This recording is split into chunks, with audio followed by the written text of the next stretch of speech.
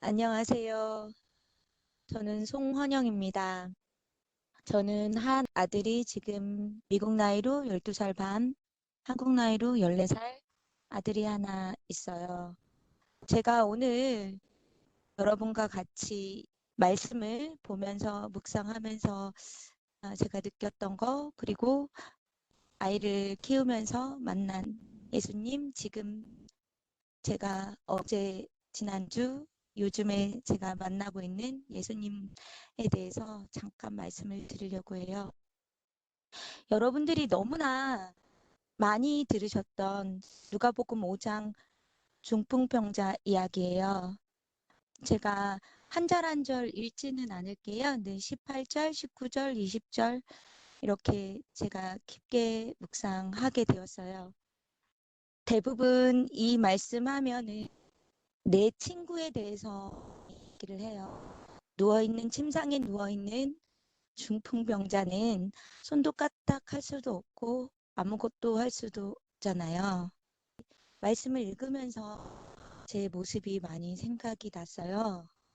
저는 정말 제가 아이를 낳고 나서부터 여태까지 제 마음에는 항상 간절함으로 가득했어요. 간절함이라는 단어를 굉장히 좋아했고, 아이를 낳고 간절하게 아이가 잘 자랐으면, 아이를 잘 키웠으면 좋겠다라는 그 생각을 늘 했어요.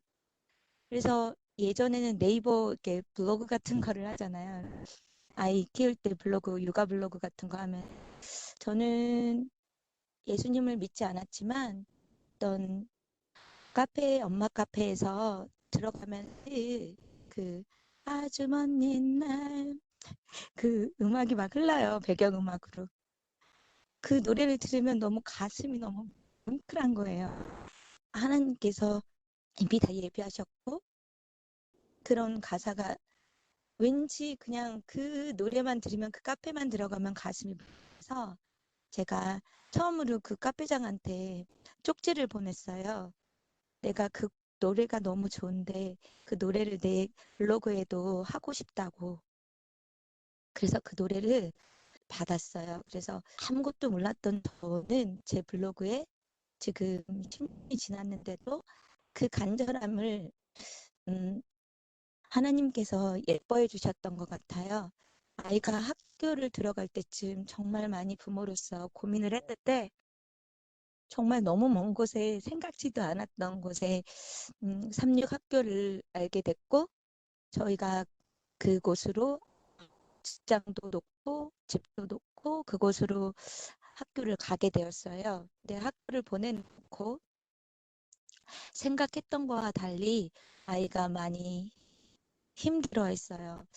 그래서 저는 너무 아이를 잘 키우고 싶은 간절함이 있었기 때문에 아무것도 할 수가 없어서 담임 선생님께 그런 저의 마음을 말씀을 드렸어요. 그래서 담임 선생님께서 기도, 엄마는 할 수 있는 게 기도밖에 없다고 기도를 하라고 하셨는데, 제가 기도를 하는 방법을 잘 모른다고, 아이를 위해서 날마다 기도를 하라고, 그냥 하나님께 이야기하듯이 이야기를 해보라고 저에게 말씀을 해주셨어요. 그래서 제가 아이가 학교를 입학하고 3월 둘째 주부터 정말 열심히 아이를 위해서 하나님께 이야기했어요. 하나님, 저 아이를 너무 잘 키우고 싶어요. 하나님 도와주세요. 기도를 하나도 할 줄 몰랐기 때문에 뭔가 배우고 싶어가지고 삼육학교에 안식일마다 나갔어요. 말씀도 듣고 그랬는데 어떻게 해야 될지 모를 때에 정말 거기 계시던 부목 사모님이 4명의 중풍병자의 한 분처럼 제 앞에 다가와 주셔서 기도를 하고 맨 마지막에는 아멘이라고 하는 게 중요하대요.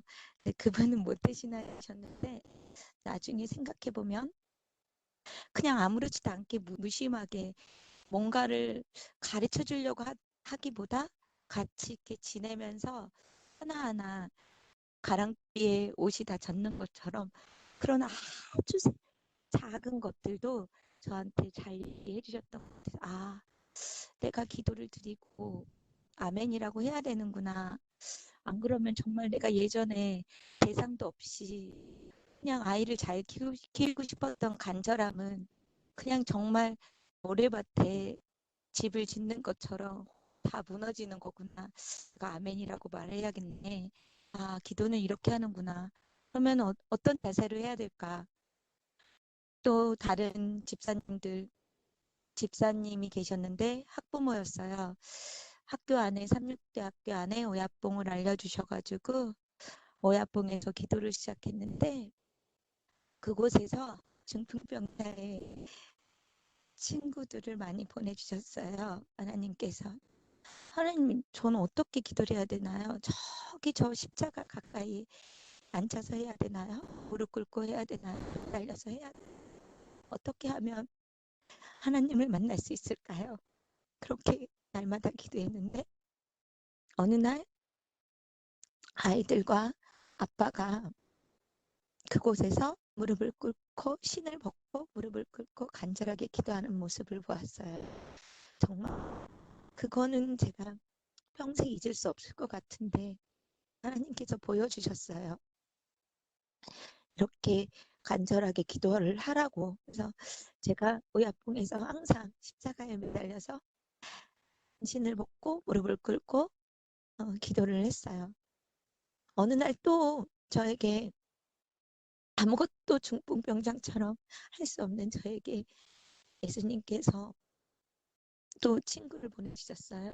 얼굴도 모르고 이름도 모르고 정말 낯선 분이셨는데 기도를 하고 돌아서는데 그분이 제게 물어보셨어요.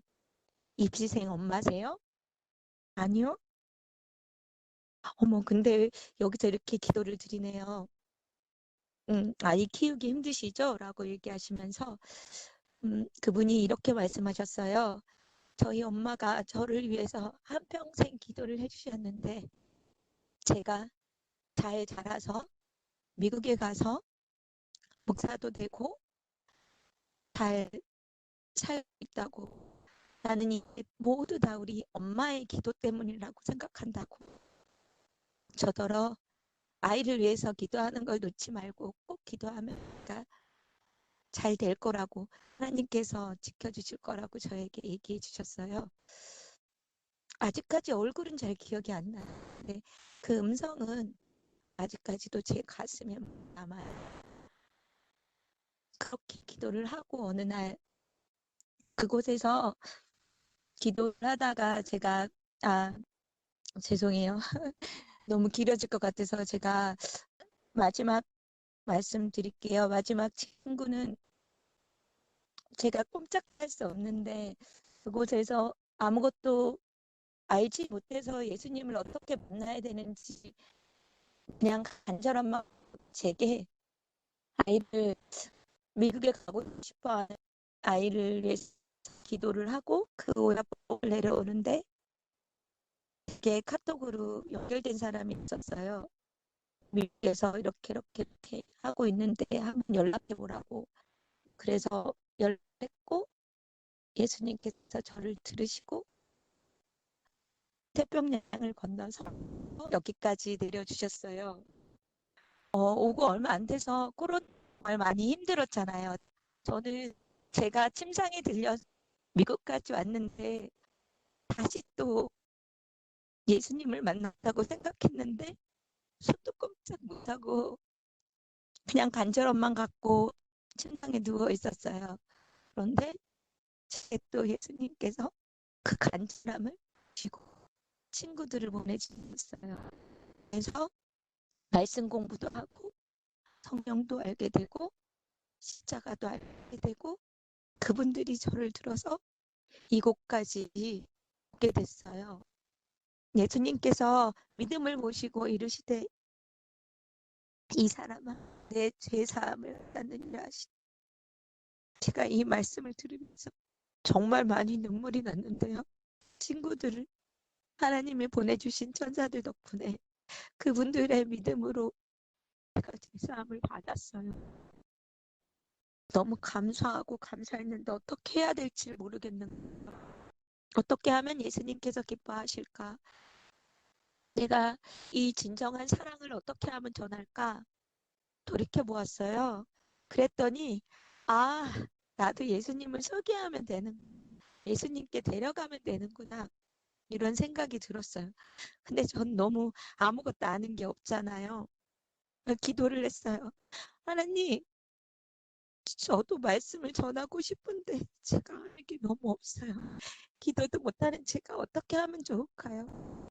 전 영어도 못하는데 여기 있잖아요. 날마다 기도를 드렸는데 여기저기서 세미나가 시작되고 제게 등록을 도와달라고 하시는 목사님들, 집사님들이 계셨어요.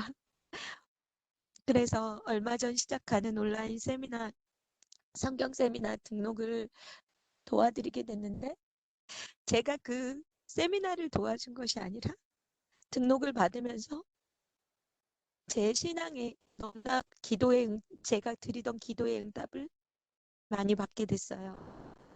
등록을 받을 때 80대 분 할머니가 계셨는데 줌도 모르고 아무것도 모르는데 성경 말씀을 너무 듣고 싶어 하셨어요.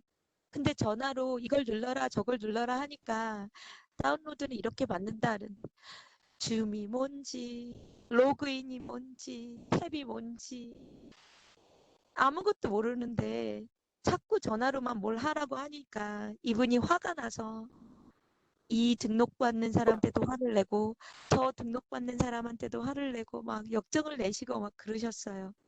그런데 어떻게 저까지 순서가 오게 돼서 그 할머니하고 연결하게 되었고 그 할머니가 정말 세미나에 참석하시기를 간절히 기도드리면서 마쳤는데 그분은 첫 번째부터 아홉 번째까지 한 번도 세미나에 들어오시지 않았어요. 세미나 때마다 문자를 드리고 기도를 하면서 그분께 메시지를 보냈지만 아무런 응답이 없었어요. 그런데 열 번째 세미나가 시작되는 날 다시 기도를 하고 그분께 메시지를 보냈는데 세미나가 시작하기 30분 전에 그분께 전화가 왔어요. 나 말씀 너무 듣고 싶었는데 나 줌 못 들어간다고 들어가게 해달라고. 그래서 그분하고 30분 동안 씨름을 해서 세미나에 참석을 하셨어요. 그분이 너무 기쁘신 거예요. 너무너무 좋다고. 세미나가 끝나고 저더러 당장 내가 줌을 배워야 되겠으니까 저한테 오시겠다는 거예요. 그래서 제가 어디 산다 하니까 어디 마트 빵집으로 오라고 저한테 얘기하셔가지고 제가 80대 할머니를 만났습니다. 만나서 빵집에서 줌을 알려드리고 서로 예수님 이야기를 했어요. 저는 3시간 동안 이야기를 했는데 너무나 깜짝 놀랐어요. 시간이 그렇게 간지도 몰랐지만 제가 80대 분하고 친구가 되어 있는 근데 그 자리에 성령님이 같이 계셨다는 걸 알았어요. 그분은 허리가 아프셔서 걷지도 못했는데 택시를 타고 거기까지 오셨고 세미나를 계속 듣고 싶어 하셨고 듣기 전에 9권의 책을 미리 공부를 하셨다고 하셨어요. 너무 좋아하셨는데 나이가 너무 드셔서 세미나를 들으시고 나서 또 까먹으시는 거예요. 그래서 이번에는 저더러 집 앞으로 와달라고 하셔가지고 어저께 또 그분을 만나러 갔어요. 그리고 카톡 이런 것도 말씀드려드리고 불편한 것도 얘기해드리고 건강 세미나도 전하고 너무 좋아하시더라고요. 그러면서 내가 이렇게 좋은 사람들하고 성경 세미나를 듣게 돼서 너무 좋고 말씀을 듣게 돼서 너무 좋고 80평생 내가 정말 어릴 적부터 교회 다녔었는데 내 진짜 이렇게 아무것도 못하고 내가 이렇게 진짜 내가 자식한테까지도 이렇게 멸시를 받으면서 이렇게 아무것도 못하게 될 줄은 꿈에도 생각 못했는데 다시 예수님이 생각나셨다는 거예요. 그 너무 기뻐하는 모습을 보면서 돌아오면서 그 생각이 들었어요. 누가복음에 이 말씀이 있었던 것 같은데 한번 봐야겠다. 저녁에 와서 이 말씀을 보면서 제가 하나님의 사랑에, 예수님의 사랑에 그리고 믿음에 대해서 생각하면서 감사한 기도를 드렸습니다. 오늘 내가 말씀을 만약에 해야 된다면 잘은 모르지만 간단하게 이 이야기를 전해드렸으면 좋겠다.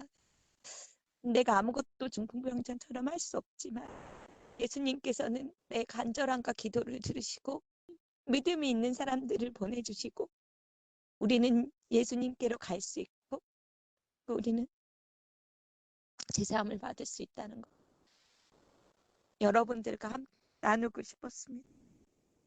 감사합니다.